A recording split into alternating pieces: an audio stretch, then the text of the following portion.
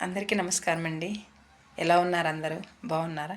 నేనైతే చాలా బాగున్నాను. మీరు కూడా చాలా బాగున్నారనుకుంటున్నాను. ఇప్పుడు మనము ఆహ్, ఒక 1 వీక్ లోపల నుంచే కదా! ఎక్కడ విన్నా న్యూస్‌లో విన్నా, ఏది విన్నా కూడా ఫ్లడ్, ఫ్లడ్, ఫ్లడ్. ఈ వర్షాలు, ఫ్లడ్ వల్ల చాలా బాధలు అనిపిస్తున్నారు కదా జనం. దాని గురించి ఒక్క మాట చెప్దామనండి. ఇప్పుడు వరదలు వచ్చిన వైపు ఓకే. వరదలు రాని వైపు ఉన్నాం కదా! మనం ఒక్క విషయం ఏంటంటే, మన తెలుగు వాళ్ళు చేసుకున్న అదృష్టం కానీ, మన తెలుగు వాళ్ళు కానీ, భగవంతుడు మన తెలుగు వాళ్ళకి చాలా తెలివితేటలు ఇచ్చాడండి.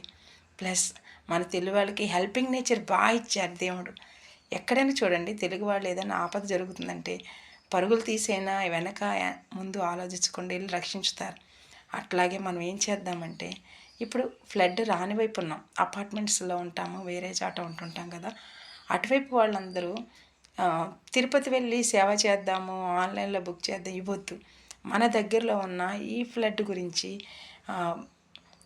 ఇంకొక విషయం ఏంటంటే, ఫ్లడ్ వల్ల ఇబ్బందులు పడేవాళ్ళు ఉన్నారు, కానీ ఆకలికి చనిపోయే వాళ్ళు ఉండకూడదు. అందుకే గవర్నమెంట్ ఇస్తుంది, గవర్నమెంట్ ఇచ్చి అంత సహాయం చేస్తుంది. మనం కూడా ఏం చేద్దామంటే గ్రూపులుగా వంటలు చేద్దాం, లేకపోతే ఇంకేదన్నా బట్టల సౌకర్యాలు చేద్దాం, ఇంకేదన్నా ఏది వాళ్ళకి ఇవ్వాలనుకుంటున్నామో అలా రెడీ చేద్దాం. దీనికి ఎవరో రాజకీయ నాయకులు వచ్చి మనకి ఎంకరేజ్ చేయాలని, అది చేయాలని వద్దు. మనకి ఒకళ్ళ సలహాలు వద్దు, ప్లస్ ఒకళ్ళ ఎంకరేజ్ వద్దు. మనమే తెలుగు వాళ్ళం. మన బ్లడ్లోనే ఉంది, మనం సహాయం చేయాలి అనే హెల్పింగ్ నేచర్ ఉంది.